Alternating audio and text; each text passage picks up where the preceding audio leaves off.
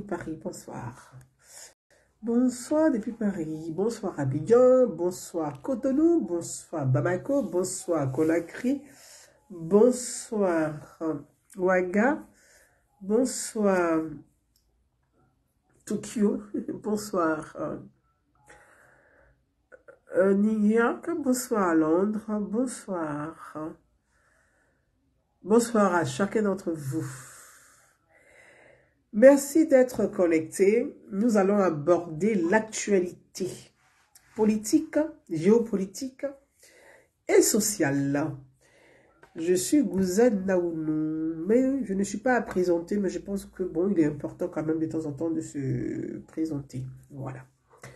Pour ceux qui ne me connaissent pas, je suis Gouzane Naounou, je suis une citoyenne, je réside en France, je suis une femme libre, engagée. Une femme citoyenne libre et engagée. Geneviève Kouakou, bonsoir. Baboura Maliassi, bonsoir. Bonsoir à chacun d'entre vous. Donc ce soir, je vais aborder 3 sujets avec vous. 3 sujets, le sujet de M. Franklin Nyamsi, que j'ai appelé le professeur Kuitata.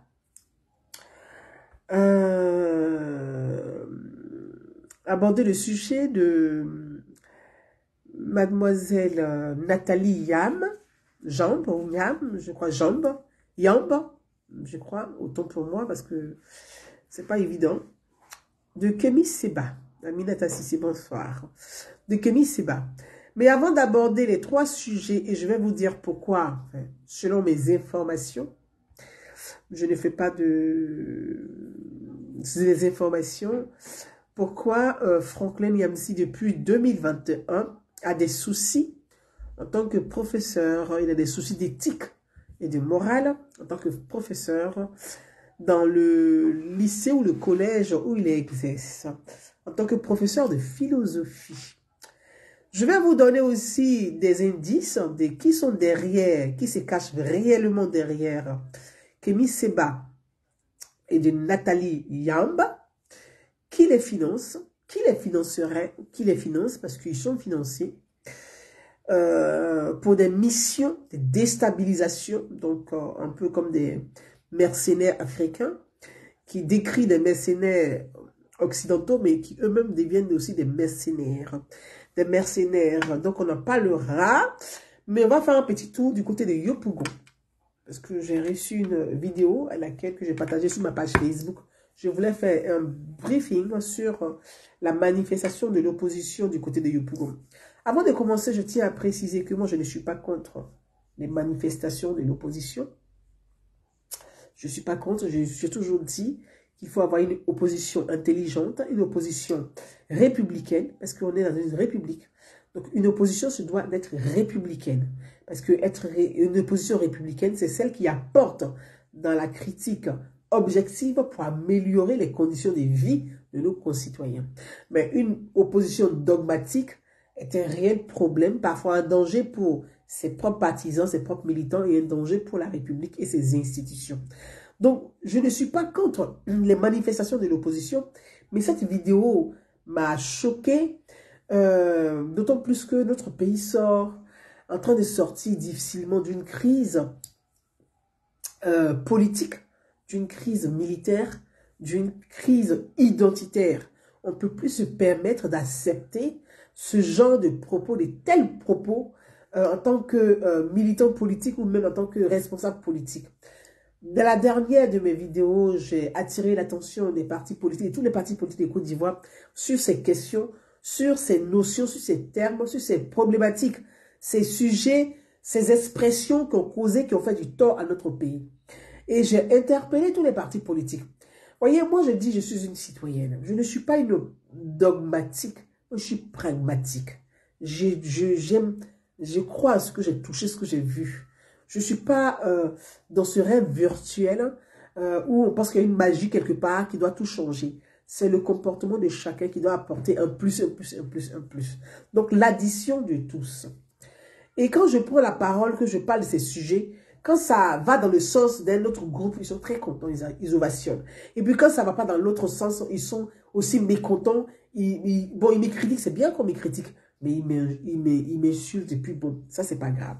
Mais pour dire que ce soit des militants du parti au pouvoir, comme des militants du parti de l'opposition, quand il y a des comportements qui ne sont pas bien, moi en tant que citoyenne, c'est d'interpeller, de dénoncer, de critiquer objectivement. Donc, avant de commencer notre entretien, je voudrais attirer l'attention des uns et des autres sur ces propos que je juge très dangereux, scandaleux, et qu'aujourd'hui, en 2023, avoir des militants politiques qui tiennent ce genre de propos, il revient aux partis politiques de rappeler à l'ordre leurs troupes, de rappeler à l'ordre leurs militants et leurs sympathisants. Parce que un parti politique, c'est une association aussi qui bénéficie des subventions de l'État. Donc, qui a aussi, qui doit respecter les principes de la République, qui doit respecter les principes démocratiques. Et on ne peut pas accepter qu'il y ait des militants qui tiennent des propos aussi haineux, des propos qui appellent à la haine, au mépris. Ce n'est pas acceptable. Et moi, je condamne avec la plus grande fermeté ce genre de propos. Je veux qu'on puisse les écouter rapidement. Et puis, on va continuer notre entretien sur Mademoiselle Yam, Kémy Séba et Monsieur le professeur Kuitata. On va écouter rapidement. Zapata, oh, monnaie Zapata. Guido Glodje, oh, monnaie Zapata. Les Zapata de Paris, là. Ceux qui ne savent pas la réalité du pays et puis qui parlent tout le temps sur les réseaux sociaux, qui pensent que ils détiennent la vérité. On les appelle les Zapata. Désormais, les gens qui sont à Paris et qui gueulent, qui racontent tout et n'importe quoi, appelez-les les Zapata. Ce sont les Zapata de Paris. Zapata. Quand vous allez sur le poste, écrivez Zapata. Zapata de Paris. Parce que c'est des dogmatiques. On va écouter rapidement et on y va. On va dire ce soir au monde entier. On va dire ce soir au monde entier. Que le président, le vrai président de la Côte d'Ivoire, c'est lui le fils du pays. Il s'appelle Laurent Gbagbo. Laurent Koudou Gbagbo. C'est lui seul qui est le président de ce pays. Pour Laurent Gbagbo, nous sommes toujours pris, on est là. Et c'est lui qui est le vrai président, il n'est pas étranger. Son père, sa mère sont des Ivoiriens. Quelqu'un qui vient d'ailleurs, Dieu t'a dit, il faut t'asseoir, et puis tu dis que tu apprends la Côte d'Ivoire, c'est faux. C'est parce que lui, notre président Laurent Gbagbo, c'est pour lui que nous sommes tranquilles et puis on ne réagit pas. Mais il ne faut pas qu'on nous provoque. Il ne faut pas qu'il marche sur notre queue. On va se lever. On va se lever. Nous, les femmes, nous sommes prêts. On n'a pas peur d'eux. Par respect pour Laurent Gbagbo, nous sommes prêts. Pour le pays, regardez, le complexe, on doit être là-bas. Ils sont venus occuper. Très bien occupé. Improviser. Voilà, improviser une cérémonie. C'est pas notre opposant, c'est blanc. C'est la Côte d'Ivoire. Elle est dans son pays. C'est un mossi. Tout le monde sait qu'il est mossi.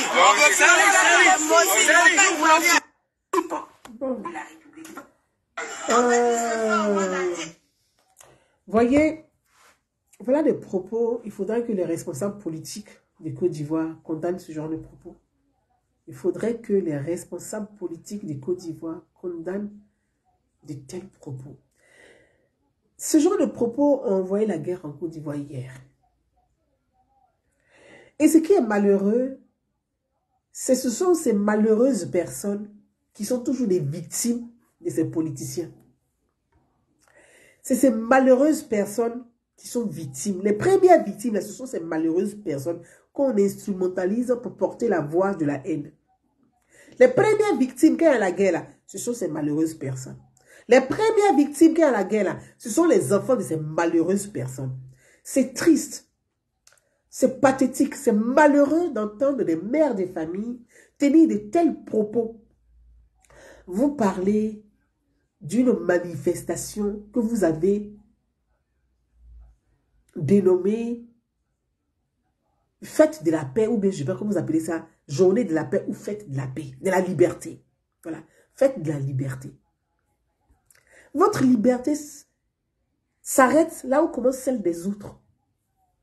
Parce que vous fêtez la liberté sans comprendre la notion même. Il y a un monsieur qui dit, toi qui se cache derrière moi? Moi, derrière moi, c'est la République.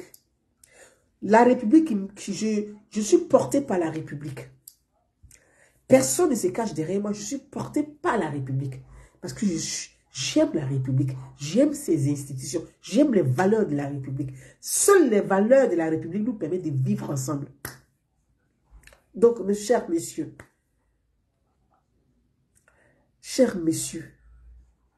vous devez être aussi un républicain, un citoyen. Ayez une petite conscience pour comprendre que des personnes comme ça, là, les dévergondés comme ça, là, qui étaient remplis au plateau hier, ont instrumentalisé les enfants. Des enfants, des gens sont morts dans la crise ivoirienne. Ayez au moins une conscience, regardez-vous dans la glace et posez-vous des questions pour dire combien de familles aujourd'hui sont endeuillées par la crise ivoirienne. Vous avez instrumentalisé hier. Vous avez que la haine à proposer comme projet de société. Vous avez que ça à offrir aux Ivoiriens. Les Ivoiriens qui ont tellement souffert, qui sont épuisés, fatigués, ont envie de se reconstruire. Il n'y a que la haine que vous avez comme projet de société à offrir aux Ivoiriens. Sincèrement. Vous n'avez que ça à offrir aux Ivoiriens. Il n'y a pas autre chose à part la haine. La haine d'une personne, ça vous a apporté quoi en fait? Aïe Alassane Ouattara là. Jusqu'à aujourd'hui là. Quand vous vous asseyez là, est-ce que si vous êtes conscient, faites un peu un bilan de votre parcours, depuis la haine que vous avez distillée jusqu'à aujourd'hui, ça vous a apporté quoi? Ça a entraîné quoi? Ça a entraîné quoi? Dans les propos de ces dames malheureuses, parce que ce sont des pauvres femmes, hein? Des pauvres femmes instrumentalisées, misérables dans leur coin. On leur a donné 3 000 francs, peut-être 5 000 francs pour dire, allez-y parler. Mais malheureusement, les gens qui tiennent les caméras, puis vous venez parler là, pourquoi eux-mêmes ils ne parlent pas dans leur propre caméra?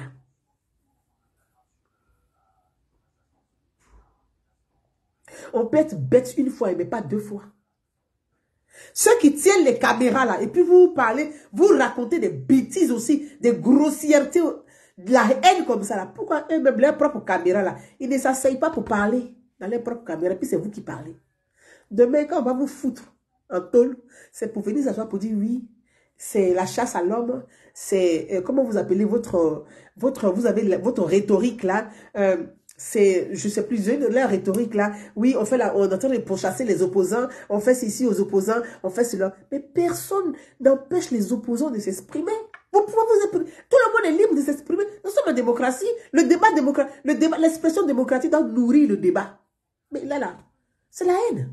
Il n'y a rien d'autre. C'est-à-dire que vous avez une manifestation, vous partez manifester pour la liberté, et vous cassez là-bas. C'est la haine d'Alassane Ouattara qui est votre projet. Donc, bon, ce que Gbagbo est venu dire à la place Figayo, mais place CPI là, vous avez retenu quoi de ça? Donc, il n'a rien dit finalement, parce que tout ce qu'on retient, c'est votre haine que vous avez distillée. Voyez, c'est mal, c'est pathétique. C'est pathétique. Je n'ai rien contre les manifestations, je le répète encore, mais je trouve ça dangereux. Parce que quand on a une conscience, on doit éviter ce qui a causé autant de morts. Il faut éviter ça. Il faut éviter. Parce que vous êtes là, vous distillez la haine. Mais Laurent Gbagbo, Henri Konan Bédié, les deux là, pourquoi eux, les enfants ne tiennent pas ce genre de discours? Pourquoi les enfants de Laurent Gbagbo et de Bédié, ou même leurs petits-enfants, ne tiennent pas ce genre de discours? Et c'est vous les malheureux qui dormez dans les cycles au bois là, quelque part, c'est vous qui vous asseyez pour raconter des conneries comme ça? Mais si les gens vous aiment à ce point, quand Gbagbo partait au palais de la République pour rencontrer son aîné, le président Alassane Ouattara, quand Henri Konan Bédié a eu son nez papillon, il était à la présidence de la République pour rencontrer son jeune frère, le président Alassane Ouattara. Ils ont demandé votre avis. Est-ce qu'ils ont demandé, vous là, ils ont demandé votre avis? Ils pouvaient faire questionnaire pour dire on va faire pétition pour voir si nos sympathisants, nos militants sont d'accord pour qu'on aille rencontrer le président Alassane Ouattara. Ou bien on dit Alassane Ouattara, monsieur Alassane Ouattara, comme vous voulez. Ils vous ont fait ça. On ne vous considère pas, vous vous agitez et vous créez des problèmes inutiles. Vous mettez des barrières pour détruire votre petite vie. Pensez à reconstruire votre vie. Pensez à accompagner vos enfants à la réussite sociale. Pensez vous-même à avoir la paix du cœur. Vous dites que le président Alassane Ouattara Lui, c'est Dieu qui est venu le mettre là. Donc, vous ne croyez pas en Dieu? Quand on croit en Dieu, là, on doit respecter la volonté de Dieu. Parce que le pouvoir, là, c'est Dieu qui l'établit. Hein. Ce n'est pas les hommes qui établissent les hommes. C'est Dieu qui établit les hommes. Tu peux vouloir, mais tant que Dieu dit, ce n'est pas ton heure de devenir président, tu vas faire tout ce que tu veux, tu ne seras pas président encore.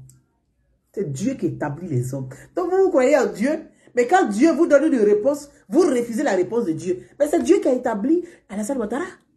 Donc si vous croyez en Dieu, que vous craignez Dieu, que vous aimez Dieu, mais vous devez aimer Alassane Ouattara parce que c'est Dieu qui l'a établi.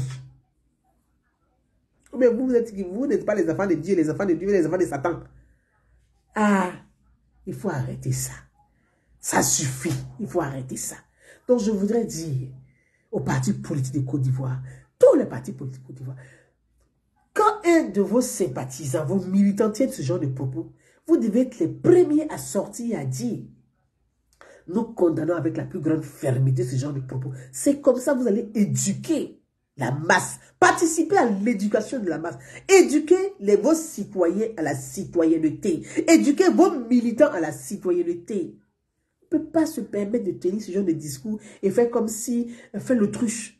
Planter la tête dans le sable et faire semblant de ne pas entendre. Ce n'est pas acceptable. C'est pas acceptable. Donc, ce message, vraiment, je voulais le délivrer au parti politique qui a organisé la manifestation à Yopougon. Je répète, je n'ai rien contre les manifestations. Au contraire, la liberté d'expression, oui. Mais votre liberté s'arrête là où commence celle des autres. La liberté d'expression, oui. Mais évitez de distiller la haine. Ce n'est pas la liberté de haïr quelqu'un, non. Ça, ce n'est pas acceptable. Donc, ce message concerne les responsables qui ont organisé la manifestation à Yopougon. Mes amis, une fois que j'ai fini de parler de Yopougon, on va revenir sur M. Franklin Nyamsi. Je ne vais pas rejouer la vidéo de Franklin Nyamsi où il pleurnichait presque dans la vidéo. Je ne sais plus cette vidéo, je ne sais plus où je l'ai rangée d'ailleurs. Je ne sais même pas si je l'ai effacée parce que ça remplit ma mémoire.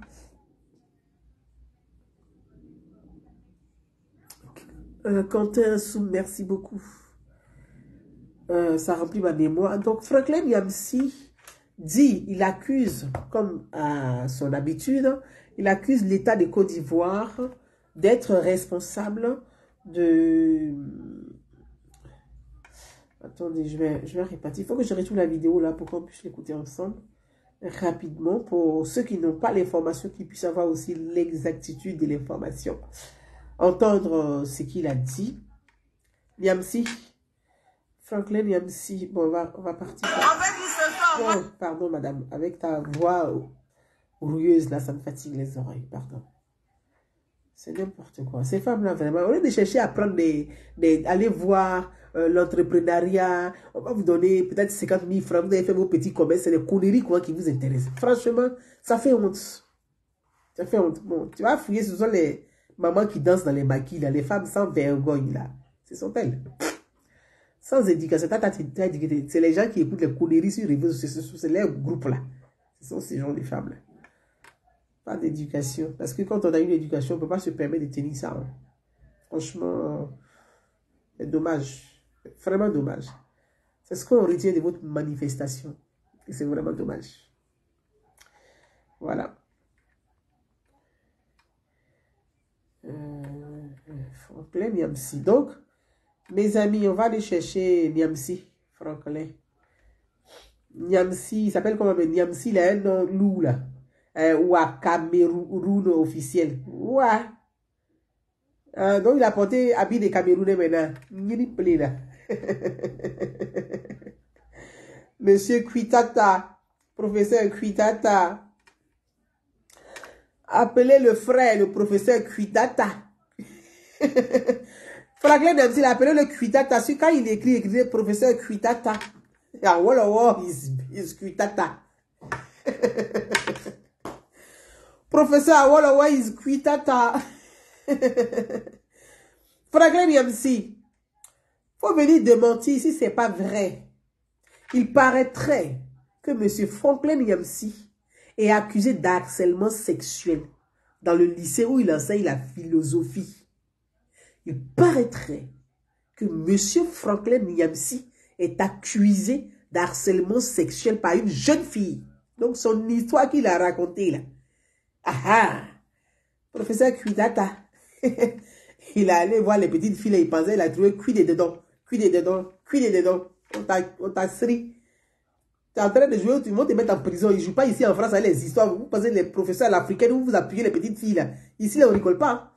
Ils vont te foutre en tôle. Tu penses que c'est en faisant, en instrumentalisant dans l'affaire de oui, c'est politique, c'est Alassane Ouattara qui a demandé, c'est Pape Ndiaye. Réellement, il est comme ça. Pape Ndiaye, il vient d'arriver. Alors que ton problème a commencé depuis la petite fille dit que tu l'as touché là. Ça a commencé depuis 2021, on est en 2023. Donc, Pape Ndiaye, il a été nommé quand? Voyez, moi, je n'aime pas les mensonges.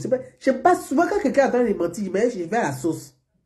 Je vais à la source pour chercher l'information. On est en France, rien n'est caché où? Rien n'est caché ici. Pourquoi tu fais ça? Pape Ndiaye a été nommé récemment là. Pourtant, le problème de M. Franklin Nyamsi a commencé en 2021. Problème d'harcèlement sexuel a commencé en 2021. Pape Ndiaye a été nommé récemment là. Donc, qu'est-ce que Pape Ndiaye a à voir avec ton dossier? Il sait très bien qu'il y a eu plusieurs fois des mises à pied, plusieurs fois il a été convoqué pour être entendu. Bon, ça suit son coup, on t'a suspendu pour 3 mois. Mon frère, faut t'asseoir, tu vas prier pour dire, ah Seigneur, j'ai pas compris même la petite fille ici. Je l'ai vue là, la tête a tourné, le professeur de philosophie. On ne sait pas ce qui s'est passé là-bas. Et tu t'assois, tu vas instrumentaliser, c'est-à-dire que toi-même tes pulsions là, tu vas instrumentaliser pour nous expliquer que c'est le président de la Côte d'Ivoire. Mais toi, tu représentes quoi? En tant que menace, tu ne représentes rien pour toi-même. Ni pour ton propre pays, le Cameroun. Ni même pour le Gabon qui est à côté du Cameroun. Ni même pour le Centrafrique qui est à côté du Cameroun. Ni même pour le Nigeria, tu ne représentes rien, papa. Si ce n'est pas Soro Guillaume qui peut soulever des conneries quoi, pour déposer dans Côte d'Ivoire, dans nos institutions pour les payer par mois, c'est pas quelque chose. En fait, tout ça là, c'est Soro Guillaume qui nous a envoyé toutes ces bêtises là.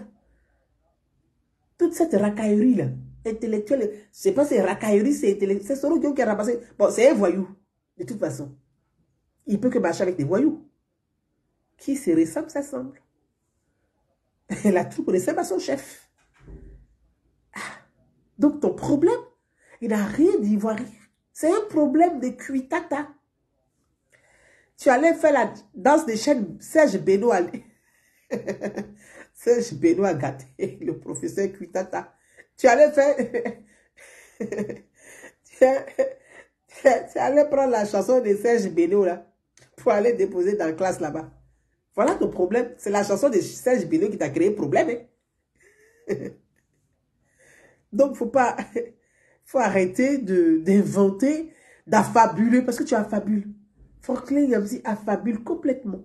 Parce que tout ce que vous racontez, c'est vraiment pas vrai. Vous affabulez. Voilà. Ton problème n'a rien que Dieu. Vous avez 20 ans qu'il est professeur. Donc, voyez, voilà des gens. Est-ce que le frère même s'entend? Moi, sincèrement, si tu n'as pas d'emploi, bon, tu vas aller enseigner à Bamako. Tu peux aller enseigner la philosophie là-bas parce qu'il faut aller enseigner. On va voir si les Maliens là vont te prendre pour être professeur. Il n'y a pas collège à Bamako là-bas. Il n'y a pas lycée là-bas.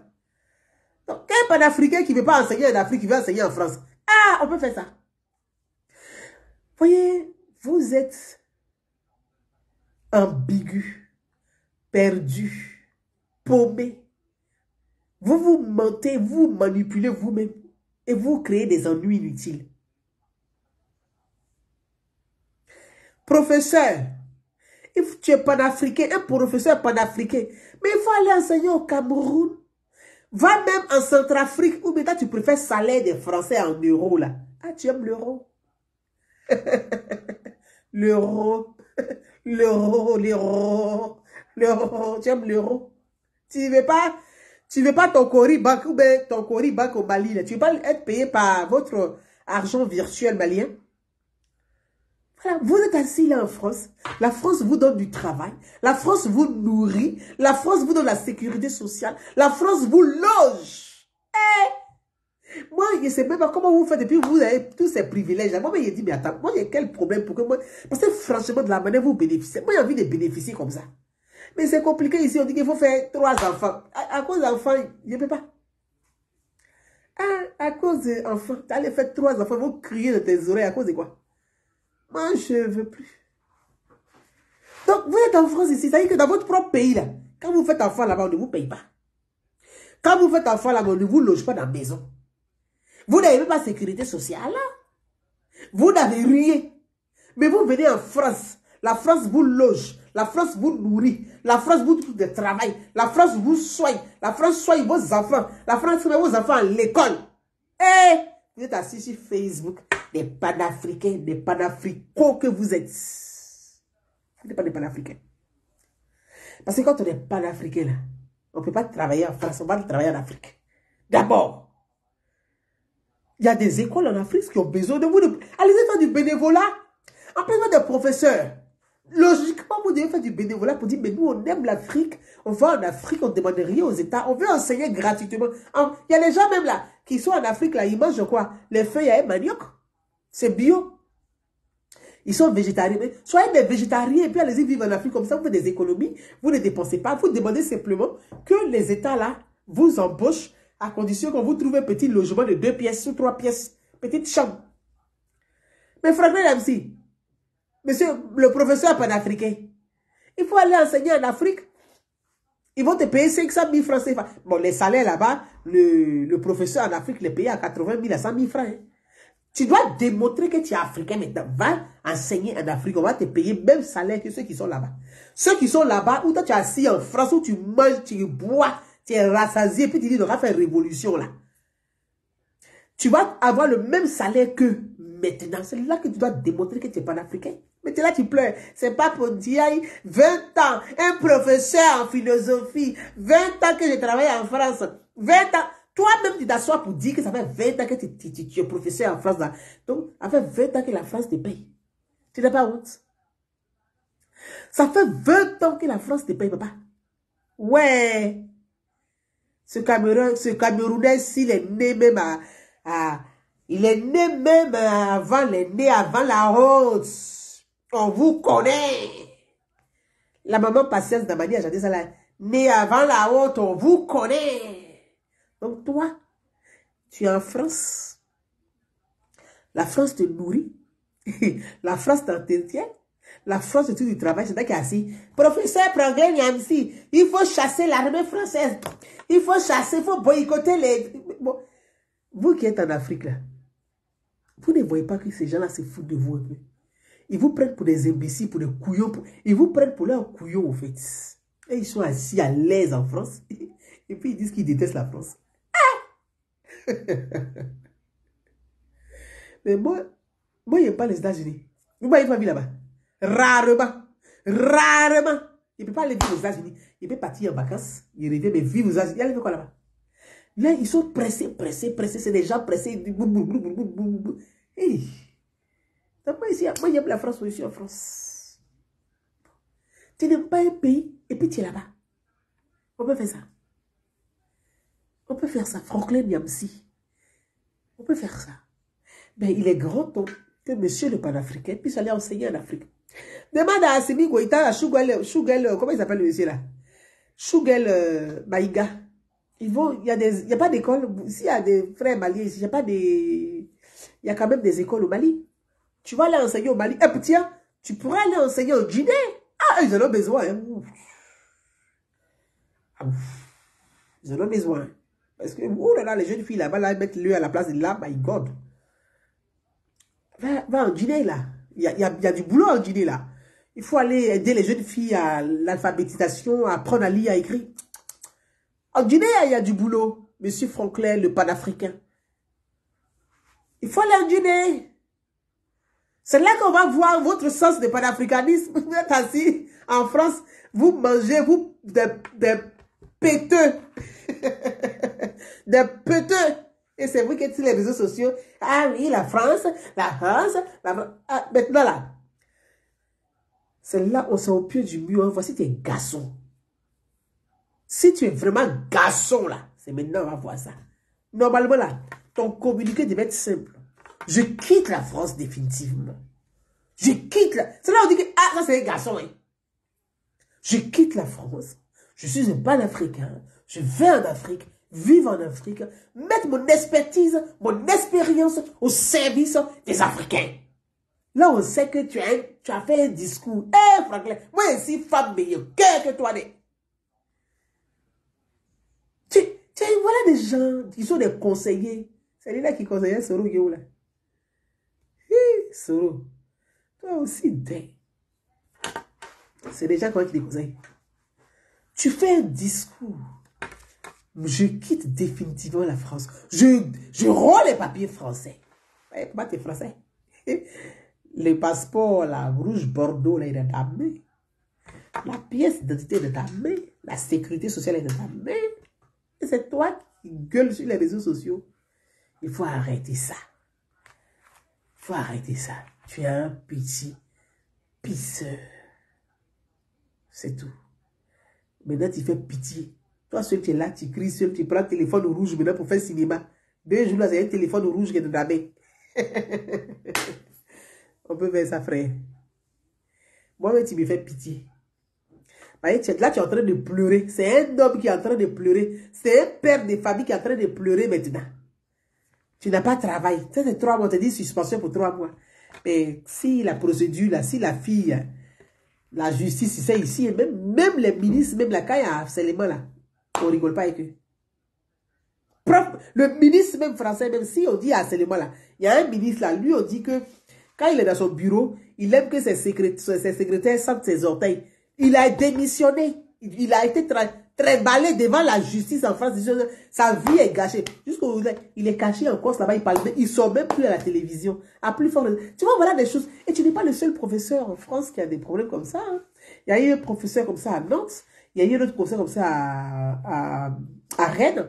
Il y a eu un professeur comme ça à Bordeaux, à Marseille, à Paris. Donc tu fais, on dirait que c'est toi seul. Tu sais, mon frère, il faut arrêter. Bon, ce sont les abrutis là que tu peux prendre pour raconter des conneries pareilles. Donc, monsieur Franklin Niamsi, moi j'ai juste un conseil à vous donner. Je vais vous coacher. D'accord? Je vais vous coacher. Refaites un communiqué dans lequel vous allez affirmer votre virilité pour dire qu'en tant que panafricain, en tant que noir, en tant qu'amoureux de l'Afrique, vous vous décidez de quitter définitivement la France, de rendre la nationalité française aux Français, de partir vivre en Afrique, d'aller mettre votre expertise, votre connaissance au service des Africains, parce que vous êtes un panafricain, parce que vous aimez l'Afrique, parce que vous voulez aider les Africains, vous voulez aider les jeunes filles africaines à apprendre à lire, à écrire, à avoir la connaissance. Monsieur Franklin Niamsi, désormais, je quitte la France, je vais en Guinée, je vais m'installer en Guinée ou je vais m'installer au Mali. Moi, je vais t'ovationner pour dire bravo. Là, tu es un garçon plein. Mais tant que tu n'as pas fait ça, il faut te taire sur Facebook ici. Il faut te taire. On n'a qu'à faire notre truc, amusement que tu fais, puis tu fais ta plaisanterie de Chris Yapi, il faut te taire. Tes voix de Chris Yapi ici, il faut te taire. Il faut arrêter ça. Il faut arrêter ça. Je te garantis, il faut arrêter ça. Là, j'ai parlé comme les Guinéens, je te garantis. Je te garantis, il faut arrêter ça. Il faut aller aider Toumba Diakité au Mali, en Guinée là-bas. Moubarak. Il faut arrêter. Donc, chers frères et sœurs, c'est au sujet de M. Franklin Niamsi. Donc, je m'arrête là. On va parler de Mademoiselle Nathalie Yamba et de M. Kémy Séba. Comme tout le monde, j'ai vu sur les réseaux sociaux, j'ai vu sur un documentaire. Je me pose encore la question de savoir qui a vraiment fait ce documentaire dans lequel Mademoiselle Nathalie Yamba, vous avez vu le documentaire, je l'ai mis même sur ma page Facebook, où on va écouter rapidement ça et puis on va avancer. On va avancer. Voilà. Parce que comme ça est sur ma page Facebook, je peux facilement retrouver ça. Dites à Franklin Niamsi d'aller enseigner en Afrique. Un vrai panafricain, il enseigne en Afrique, il n'enseigne pas en Occident. Il n'enseigne pas chez les colos. C'est en Afrique, ça va enseigner. Voilà. Merci pour les partages. Merci pour les partages, les amis. Merci. Un vrai panafricain, il enseigne en Afrique. n'enseigne pas chez le colon. Ou soit tu es un mercenaire déguisé, il faut nous dire la vérité, ici on va gagner un temps. Et ceux-là, souvent, là, ils jouent rôle, hein. Ils jouent double rôle, hein, ces gens de personnes-là. Ils jouent rôle, hein. Vous savez ça? Nathalie Yamba. On va l'écouter rapidement. Parce que j'ai pas envie de faire plus d'une heure de live. Très sincèrement, j'ai pas envie de faire plus d'une heure de live. Non.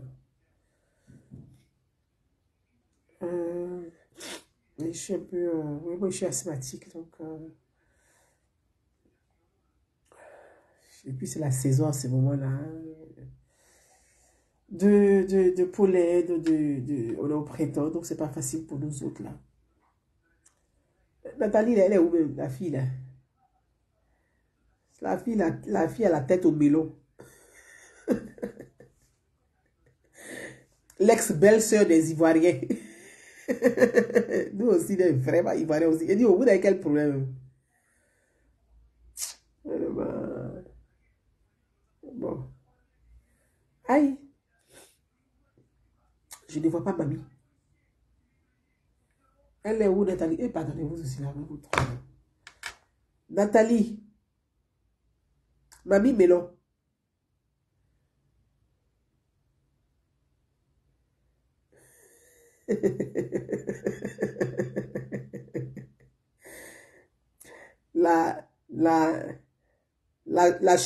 la soupe à choux de l'oncle. Mamadou Koulibaly. Tonton Mamadou. On va l'écouter. Militaire, monétaire, économique, bon, on va l'écouter. Diplomatique et humanitaire chez nous. Allez aimer quelqu'un d'autre. Bon, on va écouter Nathalie. Aux pays africains. On ne veut ni de votre pseudo-générosité, ni de votre présence militaire, monétaire, économique, diplomatique et humanitaire chez nous. Allez aimer quelqu'un d'autre. Vous allez fouiller les livres d'histoire que l'on enseigne dans les écoles en France. Vous ne trouverez aucune trace de la barbarie avec laquelle les colons français ont brûlé, tué, égorgé les populations et indépendantistes camerounais. Bon, voyez, la dernière fois j'avais fait une vidéo dans laquelle j'ai expliqué brièvement le problème de ces indépendantistes camerounais. Ce qui est arrivé est une tragédie, hein, c'est arrivé à tous les pays. La colonisation, là. La colonisation, même la France a été colonisée. Même la France a été colonisée. Les États-Unis ont été colonisés. L'Allemagne a été colonisée. Vous savez que la colonisation, là, c'est tous les pays. Et c'est une tragédie. C'est une tragédie. Donc moi, je m'incline devant la mémoire de tous ces Camerounais tombés, assassinés pendant cette colonisation. Le Cameroun a eu, contrairement à d'autres pays africains, il y a eu quand même, je peux dire 2 ou 3 sortes de colonisation au Cameroun. Il y a eu la colonisation allemande, parce que le Cameroun, avant que les Français n'arrivent, a été colonisé par les Allemands. Je pense que ça a été colonisé par les Anglais, d'où la partie anglophone du Cameroun. Parce qu'il y a anglophone, il y a francophone. Les Allemands ont colonisé le Cameroun, les Anglais ont colonisé le Cameroun, les Français ont colonisé le Cameroun. Donc souvent là, quand vous entendez les Camerounais parler avec un accent parfois, c'est qu'il y a un mélange de tout ça dans leur histoire. C'est une histoire quand même triste et douloureuse. Elle est triste et douloureuse. C'est pour ça dans l'une de mes vidéos, je dis, le Cameroun souvent, ils font, enfin, je dis le Cameroun qui n'a rien à voir avec tous les Camerounais, parce qu'on dit Cameroun, c'est la politique camerounaise. Et certains militants des partis politiques camerounais pensent qu'ils vont prendre l'Afrique francophone en otage pour régler leurs comptes avec la France. Mais c'est quand vous avez vécu là, tous les pays ont vécu ça. Ils font comme l'Algérie, un peu. Tous les pays ont vécu ça. Mais pourquoi vous n'allez pas vous apprendre aux Allemands et puis aux Anglais? Parce que jusqu'à présent, là, on parle anglais au Cameroun. Jusqu'à présent, on parle anglais au Cameroun. Le Cameroun est divisé en deux. Il y a un côté anglais et un côté français. Mais c'est des tragédies. Vous devez effectivement en parler de façon objective pour sensibiliser votre masse, votre population à ne plus tomber dans cette tragédie. À ne plus tomber, ah, ma maman Adèle Gueye, je t'embrasse, je suis contente de te lire, bisous à toi. Pour ne plus tomber dans cette tragédie.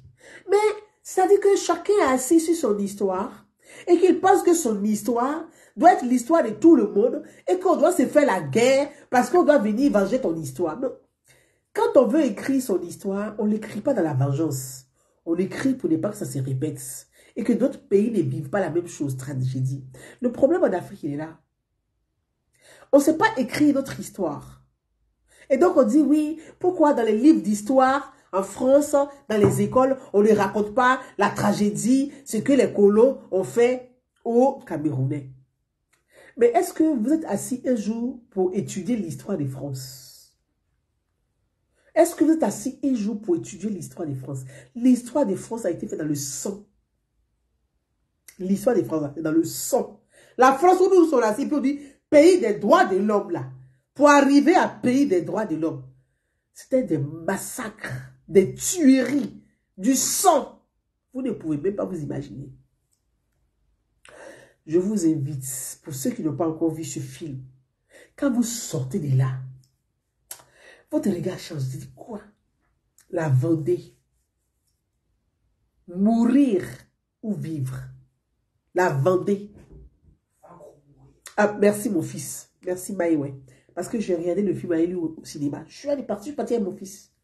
Quand le film est sorti, vaincre ou mourir. Merci Maïwe. Merci de me rappeler le titre du film.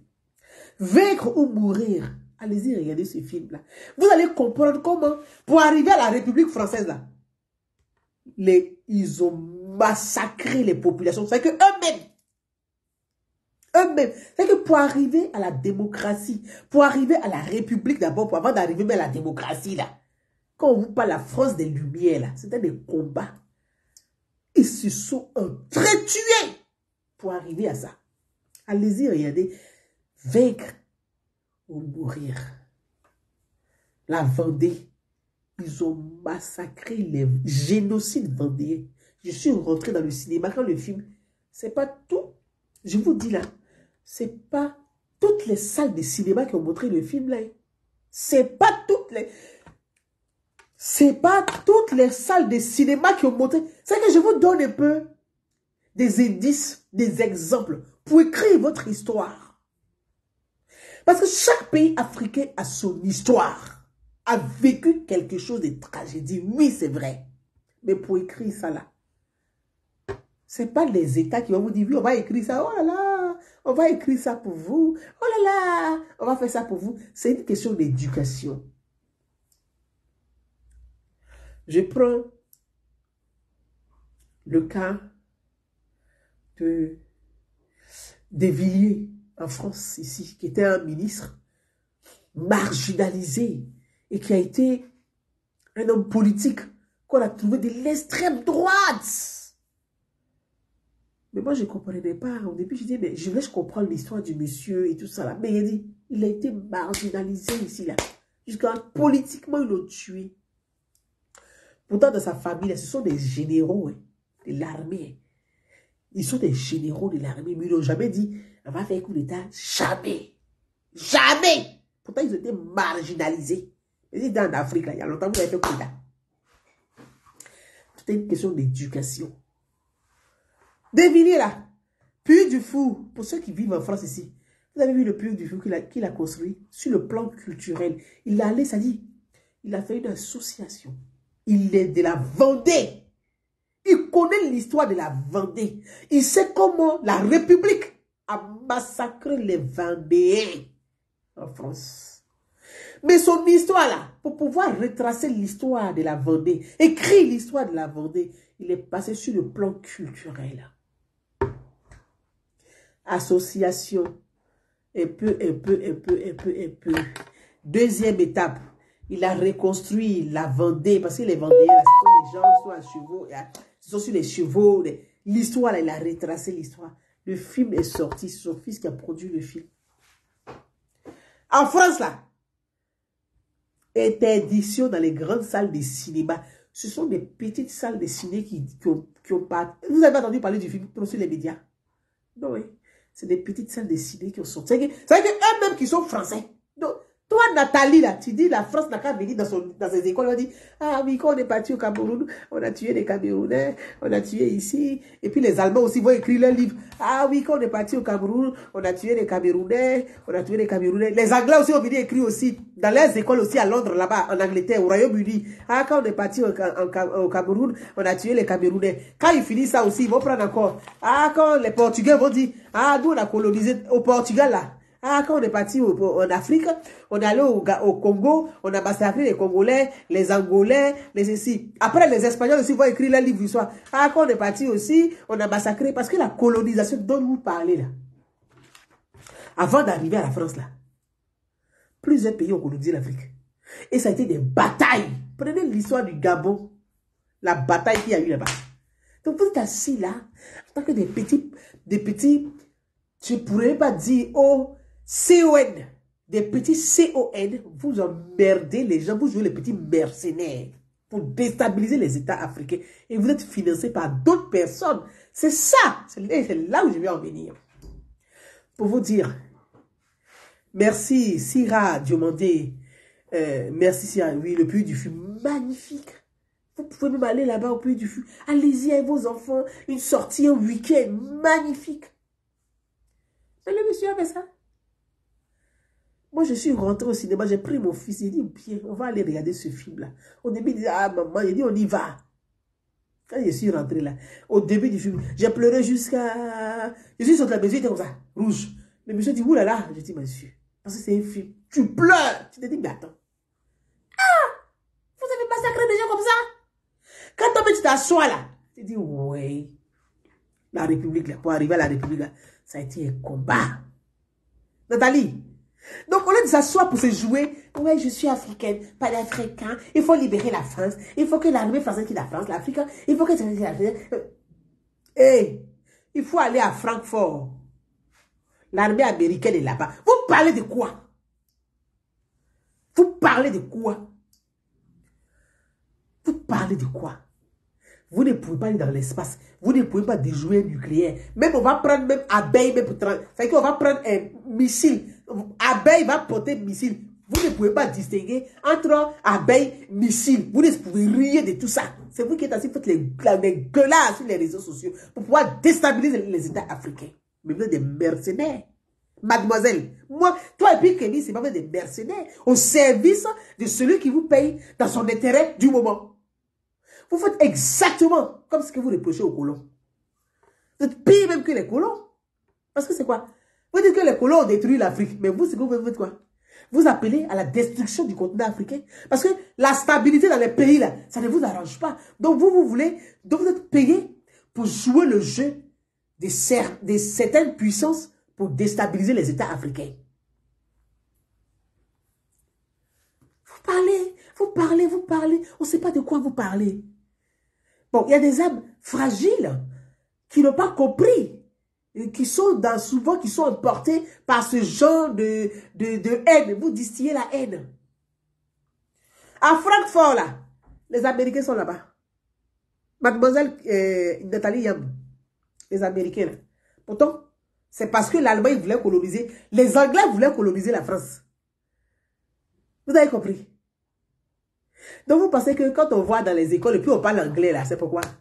Dans les écoles françaises, c'est pourquoi?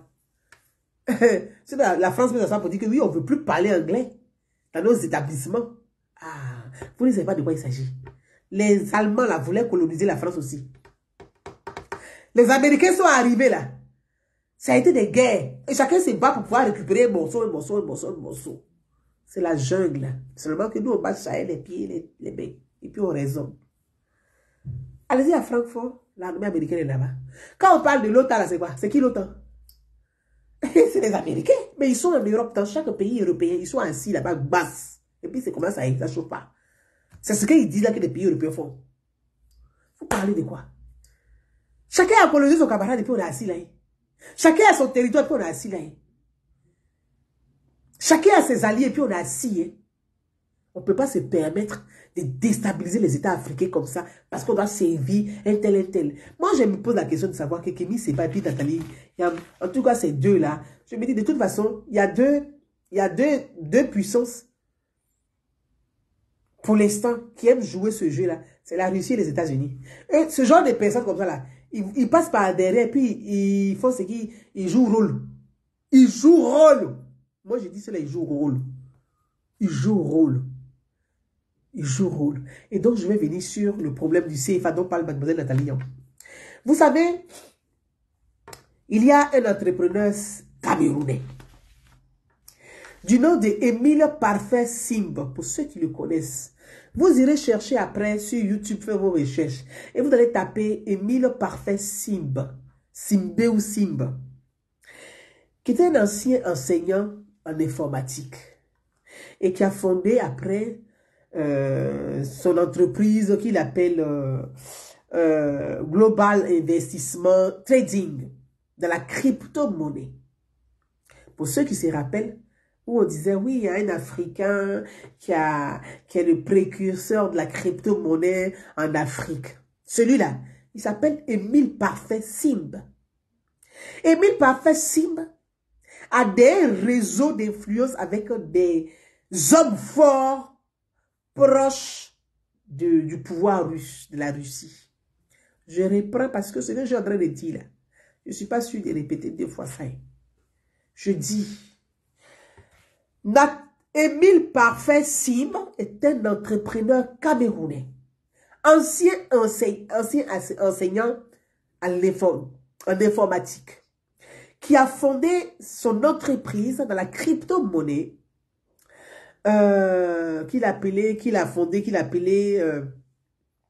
Global Investissement Trading. Il disait comme ça qu'il va rendre 1 million d'Africains milliardaires. C'est le monsieur Émile Parfait Simb. En tout cas, les Camerounais, ils sont très forts dans fake man là. Ils sont très forts dans ça. Je ne sais pas s'ils font fétiche pour pouvoir blaguer les gens comme ça. Ils sont très forts dans ça. Donc, certains Camerounais, bien évidemment, parce que, bon, eux, ils ne parlent pas où ils font les ken. C'est les Ivoiriens qui font beaucoup de bruit quand ils font brou. Donc, Émile Parfait Simb était entrepreneur dans la crypto-monnaie. Il a son entreprise, donc il a fait croire à beaucoup d'Africains qu'il va rendre l'Afrique, c'est-à-dire la monnaie virtuelle. Et donc, celui-là, il a commencé à travailler avec des influenceurs africains pour vilipender, pour détruire.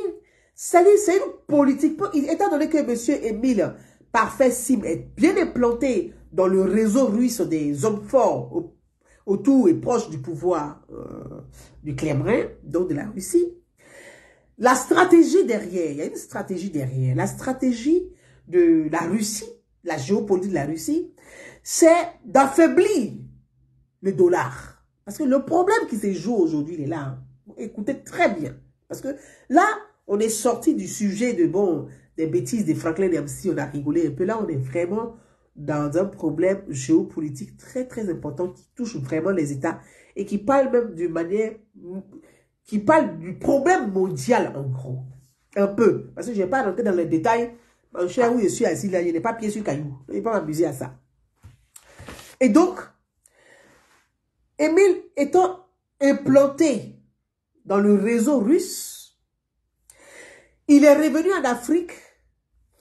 Il a fondé son association qu'on appelle Organisation panafricaine de la russophonie, qu'il a créée en 2022 en Centrafrique. Sa crypto-monnaie, il veut affaiblir, et comme la Russie derrière et la Chine. Les Chinois ne sont pas des vats en guerre trop comme les Russes et les Américains. Les Chinois, eux, ils sont dans du business. Parce que eux, de toute façon, il faut qu'ils trouvent leur compte dans tous les sens. Qu'il y ait la guerre ou pas. Il faut que eux, ils sont dans, en fait, genre, la guerre douce, là, un peu la médecine douce. Eux, ils cherchent leur business. Donc, les Chinois ne sont pas dans des vats en guerre comme la Russie et les États-Unis. Et c'était Européen. Et donc, la Russie, derrière, Elle veut affaiblir le dollar. Parce que la stratégie, elle est là. Aujourd'hui, le problème, là, il est là. Hein. La Russie, et vous allez comprendre d'où je veux venir. La Russie veut affaiblir le dollar. La Chine veut affaiblir le dollar. Donc, ce sont des stratégies, c'est la géopolitique. Parce que ce sont des guerres de puissance. Et donc, la Russie, dans sa stratégie, elle cherche, et Émile Parfait Sim, qui crée sa crypto-monnaie sur le continent, et va venir dire, il y a beaucoup de Camerounais qui sont allés souscrire à la crypto-monnaie de monsieur Parfait Sim. Il y a les Canadiens, il y a les Américains. Pour ceux qui se rappellent, là, il y avait fait une vidéo où les gens appelaient crypto-monnaie, ils ont investi de l'argent, ils ont perdu de l'argent. Il y a beaucoup de personnes qui ont été ruinées dans l'affaire des crypto-monnaies de monsieur Émile Parfait Sim. Là. Ils ont été ruinés. Donc aujourd'hui, il y a un procès contre monsieur Émile Parfait Sim du côté du Cameroun. Il y a un procès contre lui. Les personnes qui ont été ruinées se sont constituées en partie civile, ont porté plainte contre lui du côté des États-Unis, du côté du Canada, d'où le documentaire dans lequel où les Américains, les États-Unis commencent à s'intéresser au réseau. Ceux qui sont derrière que Émile Parfait Sim utilise dans son réseau. Voilà comment ils arrivent sur Nathalie Yamba et Kémy Séba. Voilà comment Nathalie Yamba et Kémy Séba sautent dans le dossier. On se dit, mais Émile Parfait Sim, qui a des réseaux, qui a beaucoup de relations une connexion forte avec certains hommes du pouvoir de la Russie. En même temps, on s'aperçoit que derrière, il y a lui, dans son réseau, il y a Nathalie Yamba, il y a Kémy Séba. Donc, les discours de Émile Parfait Sim, pour lui, il faut détruire le CFA pour les États qui vont accepter de refuser le CFA, vont s'adosser sur sa crypto-monnaie là, pour que ces États-là sa crypto-monnaie soit l'argent virtuel pour ces États. C'est-à-dire que les États africains n'ont qu'à abandonner le CFA et puis vont venir prendre lui sa monnaie qu'il a fabriquée, la crypto-monnaie là. Les États africains vont utiliser crypto-monnaie, sa monnaie virtuelle. Donc, il va chercher des acteurs pour jouer le jeu. Donc, Kémy Séba rentre en jeu. Non, au CFA, on doit brûler le CFA, on doit brûler le CFA, non au CFA. Et donc, Kémy Séba rentre en jeu. Nathalie Yamba rentre en scène. Le CFA est une méthode de solution. Il faut détruire le CFA. On ne veut pas du CFA. Pourtant, derrière, là, c'est Émile Parfait Sim qui les finance derrière, qui est caché derrière. C'est lui qui est derrière tout cela. Parce que derrière, lui, il est en train de vendre sa monnaie virtuelle. Donc, pour réussir à vendre sa monnaie virtuelle aux États, il faut qu'on arrive à détruire les monnaies des États. Donc, pour lui, le CFA est une monnaie solide et stable. Il faut déstabiliser le CFA et puis derrière, il va venir vendre. Donc, il a réussi à les vendre. Pour ceux qui se rappellent, en Centrafrique. Je dois avoir une photo de lui. Je n'ai pas voulu la mettre ici même aujourd'hui parce que je me dis, il ne faut pas les gens venir m'emmerder avec ça. Il allait en Centrafrique. Il a rencontré le président centrafricain. Le président centrafricain, il a rencontré le président. Donc, il a vendu sa monnaie virtuelle. Pour ceux qui se rappellent, quand la Centrafrique a dit, désormais la Centrafrique utilise la monnaie virtuelle, n'utilise plus l'argent en papier, utilise la monnaie virtuelle. C'est parce qu'il y avait Émile Parfait Sim derrière. Donc, il a réussi, il a mis la connexion entre la Centrafrique et la Russie. La Centrafrique, il est arrivé en Centrafrique, il a créé la fondation qu'il appelle Organisation africaine, qui organise les, comment ils appellent, Afrique World, qu'il faut au Cameroun, là. Afrique World, c'est Émile Parfait Sim qui est derrière, qui finance ça. Les télévisions camerounaises, les plateaux camerounais, les journalistes camerounais, qui sont assis où on parle, et puis on dit, oui, Afrique Média, c'est Émile Parfait Sim qui est derrière, qui finance Afrique Média. Les journalistes d'Afrique Média qui sont sur les plateaux, qui tapent sur la Côte d'Ivoire tout le temps, qui insultent le président Ouattara, tous les pays qui sont pour le CFA, qui insultent là. C'est Émile Parfait Sim qui est derrière ça. Il est derrière, c'est lui qui est derrière. Il tient tout cela derrière. Il est de sa stratégie à lui. Lui, sa stratégie, elle est là. Détruire le CFA pour voler sa monnaie virtuelle aux États. Lui, voilà sa stratégie. À lui. Entre-temps, la Russie, sa stratégie, là, c'est de l'or. C'est l'or. La Russie cherche de l'or. Comment la Russie est premier producteur d'or au monde, alors que les États africains, là, que les pays africains, là, c'est eux qui ont l'or, mais c'est la Russie qui est premier producteur de l'or. Bon, ceux qui disent qu'ils sont les intellectuels africains, les Nathalie Yamba et les Kémy Sévère, ils ne peuvent pas se poser la question pour dire, mais attendez, Poutine, on ne comprend pas. Mais toi, l'or là vient de chez nous, mais c'est vous qui êtes les premiers producteurs. Vous faites comment pour être les premiers producteurs? Donc la question là, vous, dans votre cerveau là, vous ne pouvez pas vous poser cette question là un jour pour comprendre ce qui se joue. Que vous êtes en pleine géopolitique, que les gens vous manipulent, vous êtes assis. Et donc, Émile Parfait Signe, c'est lui qui organise comment vous appelez ça là? Sochi. La conférence de Sochi avec les Africains qui vont en Russie pour aller rencontrer, parler, c'est lui. C'est lui qui est en bas. Lui, il est là maintenant pour véhiculer la stratégie de la Russie. Et lui, il s'est dit que si la Russie réussit à s'implanter dans ces pays africains, lui, il va détruire, lui va imposer progressivement sa monnaie virtuelle à ces États africains. Donc, il est dans sa stratégie. Donc, vous voyez, et donc, il va recruter des influenceurs comme les Kémy Séba, les Nathalie, qui sont vraiment en mission. C'est comme des mercenaires, ils sont en mission. Ils sont en mission, ils ont une feuille de route. Il y a une feuille de route qu'ils doivent suivre. Et la feuille de route, appelée à la déstabilisation des États africains, appelée à la déstabilisation de la monnaie africaine. Et puis derrière, leur patron là, lui, il va installer sa monnaie. Et puis derrière, la Russie, ça l'arrange parce qu'elle veut de l'or. Elle veut s'appuyer sur l'or pour vendre sa monnaie à elle. Parce que c'est de ça qu'il s'agit. La Russie veut vendre sa monnaie sur le plan international. La Chine veut vendre sa monnaie sur le plan international. Mais, je viens maintenant au sujet qui est très sensible et délicat. C'est-à-dire, je n'aurai pas assez de temps de développer ça aujourd'hui. Une autre fois, je vais développer beaucoup plus. Et on va parler que de ce sujet-là. Quand Maurice Dagnenou, merci. Quand Nathalie Traoré, merci. Niakale Traoré, merci.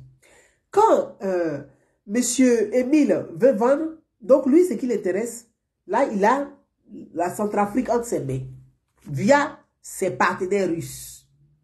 Via ses partenaires russes. Maintenant, le Mali, il veut prendre... Plus les États sont déstabilisés, plus lui, ça l'arrange. Donc, la sortie du CFA, il faut sortir du CFA, il faut sortir du CFA. Mais aujourd'hui, là, quand on prend la guerre des puissances aujourd'hui, la crise mondiale dans laquelle nous vivons aujourd'hui, la crise, là, elle est basée sur quoi? Les États-Unis d'Amérique, sur le plan international, tout s'achetait en dollars. Ce qui faisait la puissance de l'Amérique. On achète le pétrole en dollars, on achète l'or en dollars, on achète tout en dollars. C'est la puissance de l'Amérique. Parce que sur le marché international, tous les États payent tout en dollars. Et non en euros, mais en dollars. La Chine et la Russie derrière ont compris, mais le dollar n'est pas appuyé sur l'or. C'est que les Américains, c'est la machine. Et ils fabriquent leur dollar. Quand ils veulent, ils fabriquent. Pourtant, la stabilité des monnaies, c'est-à-dire que de l'euro et du CFA, c'est que le CFA et l'euro est adossé à l'or. Donc, on ne fabrique pas la monnaie comme ça, comme les Américains font un peu, on dit le rêve américain, on fabrique la monnaie quand on veut, on fait comme ça. Non, non, non. L'euro et le CFA est adossé sur l'or. Donc, l'euro et le CFA est solide. C'est une monnaie solide. C'est des monnaies solides. C'est plus solide que le dollar, en réalité. En réalité, le CFA et le dollar et l'euro est plus solide. Parce que ce sont des monnaies qui sont solides. Sauf que dans la stratégie de Oncle Sam, il a amené les États à... Il a obligé les États. C'est-à-dire que lui qui n'a pas la monnaie solide, là, lui dans les... Parce que bon, tout le monde sait que les États-Unis, eux, c'est l'économie des guerres. Hein. Donc, eux, c'est quand il y a la guerre qui gagne de l'argent. Bon, ça, c'est connu, c'est pas un secret de polichinelle. Donc, il faut plus de guerres, les États-Unis sortent plus forts. Quand il y a la guerre, ils gagnent des jetons. Parce qu'ils vendent leurs armes, ils vendent des trucs, bon, bref. Voilà. Donc, ils ont amené les autres États, les Européens et les États africains et les États, l'Asie, à tout acheter en dollars. Bon, vous n'avez pas une monnaie solide, mais vous ne produisez pas l'or et le pétrole. Mais tout ce c'est que les pays qui produisent l'or et puis le pétrole là, eux, ils doivent vendre tout. C'est que tout doit être vendu en dollars. Vous voyez? Donc, les États-Unis sont forts. Et dans la stratégie de la Russie et de la Chine, ils se sont dit, bon, étant donné que l'euro est adossé à l'or, que le CFA est adossé à l'or, nous aussi, on va trouver notre équilibre monétaire. On va s'adosser aussi sur l'or, sur les matières premières, sur l'or, comme les Européens et les Africains. Ce qui va rendre notre monnaie solide. Et puis, mais comme sur le plan, on commence à être une puissance des pays émergents, on va aller chercher des partenaires pour vendre notre monnaie. C'est-à-dire que on va aller convaincre l'Arabie Saoudite, le Qatar, d'autres pays à acheter le pétrole dans notre monnaie et non à le dollar. Donc la Russie, qui a c'est yuan, c'est leur argent, c'est ça. Bah ouais, c'est leur argent. Hein. Donc la Russie, sur le plan international, maintenant, va vendre, va acheter, vendre va vendre avec d'autres pays. Ils ne payent plus en dollars, ils payent dans leur monnaie. La Chine, pareil, dans leur monnaie. Ils ne payent plus aussi en dollars. Donc, il y a l'Arabie Saoudite qui a dit, bon, la Chine a fait une bonne offre. L'Arabie Saoudite dit, la Chine veut payer notre pétrole là, mais eux, ils nous proposent plus, hein. Mais ils veulent payer avec leur argent, mais ils ne veulent pas payer avec dollars. Donc, ils ont signé. L'Arabie Saoudite, maintenant, ils payent dans l'argent de la Chine. Rouble, merci. Monnaie russe, merci, merci, rouble. C'est yuan, yuan c'est la Chine. Merci, rouble. Oh, si je ne sais pas, là, vraiment. Hein? Yen, merci, Madjou. Voilà aussi, mon petit, là, il connaît aussi. Merci, mon petit. On va passer ici. Non, non, je n'ai pas passé. Non, s'il te plaît. Rouble. Le rouble, c'est en Russie. Donc, la Russie allait, on va vendre en rouble. D'autres États acceptent de payer en rouble. La Chine dit, nous, on peut acheter en yen. L'Arabie Saoudite dit, mais il n'y a pas de problème. Il y a d'autres pays, comme le Brésil, qui dit, il n'y a pas de problème. Et puis maintenant, il y a d'autres pays africains qui sont tentés aussi, qui disent, on peut payer comme ça. Voilà où Oxfam devient fou. Parce que sa monnaie est en train de perdre, en train de patiner. Pourtant, la monnaie de Oncle Sam là, s'adosse sur les États européens. Et ça a été CFA aussi vous dit, bon, vous êtes obligé d'acheter vos trucs là en dollars, hein. Vous devez payer en dollars. Hein. Donc, la guerre qui se joue aujourd'hui, c'est la guerre des monnaies qui se joue. Entre la Russie, les États-Unis et la Chine. Moi, ma question maintenant, parce que je vois comment il s'appelle, Émile Parfait Sim, qui lui, c'est un féman qui fait son business. Toi, ta monnaie virtuelle, là, on va s'adosser sur quoi pour ta monnaie virtuelle, en fait? Ta monnaie virtuelle, là, nous, on s'adosse sur quoi? Parce qu'aujourd'hui, sur le marché international, il y a yen, il y a rouble, il y a dollar. D'accord? Ou, si tu veux payer, tu peux payer dans ces monnaies-là. Les États-Unis n'ont plus, le dollar n'a plus le monopole sur le marché international. Voilà, palabre entre la Russie, Oncle Sam et la Chine. Maintenant, vous, c'est panafricain. Nous avons notre monnaie qui est solide, qui est le CFA, qui est adossé sur l'or. Et vous dites qu'on n'a qu'à déstabiliser cette monnaie-là dans ce monde de puissances en guerre. Ce monde de ces puissants qui se font la guerre là, nous on déstabilise notre CFA qui est solide et puis on va aller s'adosser sur quoi? Une monnaie virtuelle. Une monnaie virtuelle qui quand ça s'écroule là, personne n'est responsable. Banqueroute, poids. On fait banqueroute puis l'Afrique est foutue même complètement. Si c'était des gens qui n'étaient pas des espions, qui n'étaient pas des mercenaires, est-ce qu'ils peuvent tenir ce genre de discours pour dire qu'on va déchirer le CFA, on n'a qu'à quitter le CFA? Si c'était des gens qui avaient la connaissance, qui avaient compris la géopolitique, pour dire que, mais, quand on dit géopolitique, c'est qu'il y a la géostratégie. Hein? Ben oui, parce que la géopolitique, elle est là, mais c'est la stratégie qui accompagne la géopolitique. Mais vous êtes assis, Vous dites que vous êtes des intellectuels africains et vous n'avez aucune notion même des choses. Vous êtes assis parce que vous êtes financé par des marabouts. Parce que pour moi, Émile Parfait, c'est comme un marabout. C'est un marabout. Par des marchands de sable qui vous financent derrière pour déstabiliser les États et pour pouvoir vendre leur business. Mais quand on va faire banqueroute là, on a 53 États. Il y a combien de pays africains qui utilisent le CFA? L'Afrique centrale utilise le CFA. L'Afrique de l'Ouest utilise le CFA. Si on sort du CFA, qu'on part dans une monnaie virtuelle de M. Émile Parfait signe, quand il y a banqueroute là, c'est ce petit Camerounais là qui va faire quoi? Qui va rembourser les États africains? C'est ce petit là qui va, ce ferme là qui va rembourser les États africains? On s'appuie sur quoi? Voyez, le problème de l'Afrique, là, c'est une question d'éducation. Mais en même temps, voyez, c'est une lutte. La lutte, elle est à plusieurs niveaux aujourd'hui. Elle est virtuelle, elle est partout, elle est à tous les niveaux. C'est la communication, c'est... Bon, les gens... C'est pas facile, hein. C'est vraiment pas facile. Donc,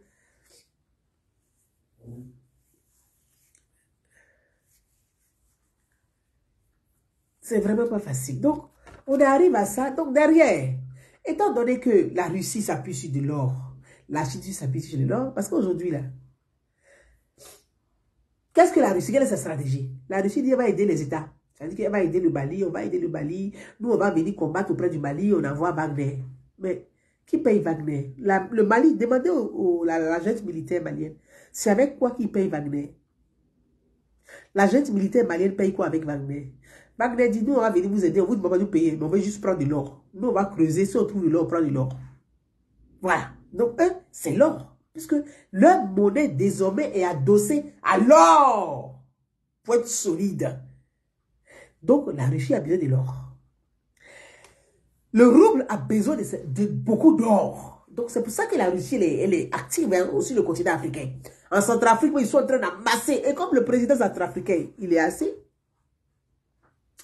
Merci, Niakale Traoré. Wagner, c'est avec de l'or. Donc, le Mali paye Wagner avec de l'or. En Centrafrique, il paye Wagner avec de l'or. Et là, Emile Songo qui fait le lien, lui, il mange. Hein. Il s'en fout. De toute façon, ce sont des gens qui sont complètement déshumanisés. On peut brûler l'Afrique, détruire l'Afrique, ils n'ont rien à foutre. C'est leur petit intérêt qui les intéresse. Donc, on le paye avec de l'or. Pareil. En Angola, au Congo, pareil. Donc, la Chine et puis la Russie, ils sont adossés sur de l'or désormais. Yen et le rouble sont adossés sur de l'or. Nous, les États africains, notre CFA est adossé sur de l'or. Et vous, ces petits plaisantins panafricains, vous dites qu'on est qu'à sortir du CFA. On sort du CFA. Maintenant, pourquoi vous ne dites pas à la Russie et à la Chine? Attendez. Vous dites que vous êtes notre nouveaux amis. Vous voulez aider les États africains. Dans ce cas, notre CFA est solide. Pourquoi la Russie ne paye pas en CFA? Ah. Donc, parmi vous, il n'y a pas quelqu'un qui est intelligent pour poser une question comme ça. Quand vous partez à Sochi, là, il n'y a pas quelqu'un pour poser une question comme ça à Sochi. Pourquoi la Chine ne paye pas en CFA et puis ils veulent qu'on paye à leur monnaie? Je vous pose la question. Voyez, l'Afrique est en retard parce que les bonnes questions ne les posent pas. Et puis, on n'aide pas aussi nos États, les États africains, puisque les États africains ont tellement de problèmes à régler, et puis nous, on veut toujours déstabiliser les États. On est dans la haine, dans la colère, on doit les déstabiliser. Il y a même aussi, là, parfois, bon, ils ne savent pas comment faire. Tu veux défendre, d'accord, ok, mais il faut que tu sois soutenu. Donc, intellectuellement, nous pouvons soutenir nos États. Intellectuellement, nous pouvons soutenir nos États. Pourquoi la Chine, quand elle vient, parce que le pétrole vient d'Afrique. Le pétrole, là, parce qu'il ne faut pas croire, hein, le plus gros gisement de pétrole au monde se trouve en Russie. Ça, je tiens vraiment à vous le dire, il ne faut pas le cacher. Le plus gros gisement de pétrole pur se trouve en Russie. Pour l'instant, ils n'exploitent pas leur pétrole. Alors, chacun n'exploite pas son pétrole. C'est pour le continent que chacun exploite. Mais moi, ma question là, pourquoi on ne le dit pas dans ce cas? Étant donné que la monnaie russe rouble s'adosse sur l'or, yen s'adosse sur l'or, et que le CFA depuis longtemps, la création du CFA, le CFA a adossé à l'or, pourquoi la Russie, qui sont les nouveaux amis de l'Afrique là, pourquoi ils ne payent pas en or? Ils ne payent pas en CFA. Et puis ils veulent qu'on leur donne l'or. Pourquoi la Chine, là, on discute, quand on va dans les discussions, là, quand la Chine vient payer nos trucs, là, pourquoi la Chine ne paye pas en CFA? Au moins, quand tu dis que tu es ami de quelqu'un, on dit que une relation gagnant-gagnant, avec la Russie, c'est du gagnant-gagnant, avec la Chine, c'est du gagnant-gagnant, mais ils n'ont qu'à payer à nos CFA. Si nous, on va en Chine, on paye à leur monnaie. Mais quand ils viennent chez nous, là, ils n'ont qu'à payer à notre monnaie. Quand nous, on va vendre nos produits, là, on va vendre d'autres, ils n'ont qu'à payer à notre monnaie aussi, pour que notre monnaie soit solide. Pourquoi on ne fait pas ça? Pourquoi on ne fait pas ça? Ah, donc vous, ces Africains, vous voulez qu'on soit dans une monnaie virtuelle et vous faites la promotion en réalité de la monnaie russe. Vous faites la promotion de la monnaie russe. Et puis vous demandez à ce que nous on puisse brûler notre CFA. Et bon, pourquoi vous ne brûlez pas rouble? Pourquoi vous soyez... Mais pourquoi la Russie n'est pas en monnaie virtuelle en fait?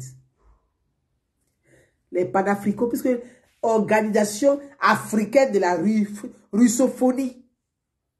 Mais pourquoi la Russie n'utilise pas la monnaie virtuelle? Pourquoi elle n'utilise pas la monnaie virtuelle? Vous êtes bêtes. Vous êtes très bêtes. C'est ça la vérité. Et ils ont compris que vous êtes très bêtes. Ils ont compris que vous êtes très, très, très bêtes. Ils ont compris ça. Mes frères et sœurs, on ne va pas durer. J'ai assez duré. C'est un sujet qui a besoin de beaucoup plus de temps. Je suis en train de le préparer. J'ai abordé le sujet là.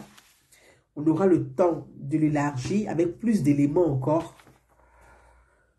Je vais vous laisser sur ces questions-là. Poser les questions à Kémy Séba, à Nathalie Young.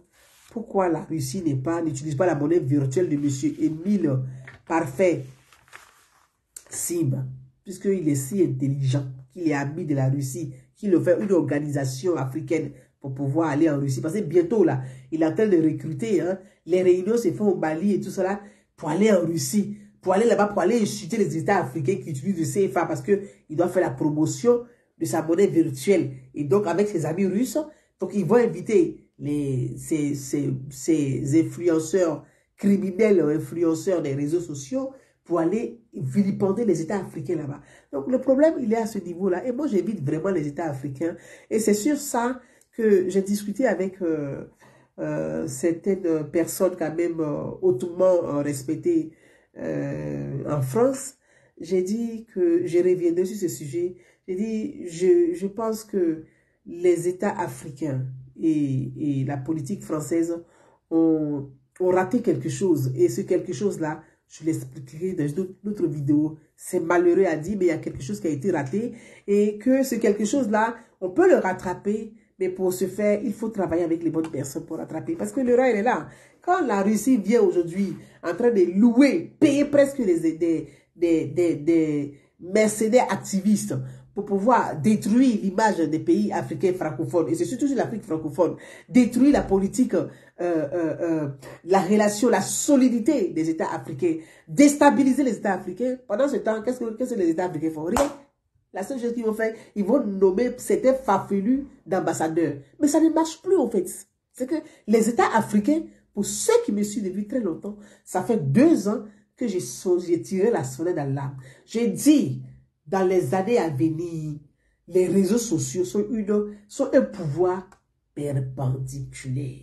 Si les États africains sont en retard sur ça, ils vont se confronter à quelque chose qui va les dépasser. Et c'est dans ce quelque chose qu'on est aujourd'hui. On est dans ce quelque chose aujourd'hui là. On est dedans. Les États africains francophones ne font pas d'efforts. Comment vous pouvez vous asseoir? Vous avez tous les moyens. Vous avez tout ce qu'il faut. Les gens payent des gens pour pouvoir vous déstabiliser. Vous êtes assis. C'est-à-dire que, ambassadeur de ça, ambassadeur de l'UNESCO, mais les gens, ils s'en foutent de ça aujourd'hui. Ça ne marche plus. Les gens s'en foutent de ça, ça ne marche plus. Vous savez quoi? Moi, bon, comment il s'appelle là? Youssou N'Dour, ambassadeur de l'UNESCO. Mais moi, qu'est-ce qu'il y a à foutre, franchement? Moi, bon, quelqu'un qui est sur les réseaux sociaux, où aujourd'hui, le monde là, aujourd'hui, on est là, le monde dans lequel nous sommes assis là, c'est Youssou N'Dour qui va venir me convaincre sur quoi? Sur quoi? Il va me convaincre, 2 jours là. Il va me convaincre sur quoi? Il va me convaincre sur quoi? Donc, vous êtes dans des trucs classiques, regardisés, vous êtes dans ce schéma regard là, de l'ancien temps là, vous êtes dedans. Alors que les gens ils ont une avance. Mais adaptez-vous. On a l'Union africaine. On n'essaie même pas. C'est qu'au niveau de l'Union africaine, on ne voit pas.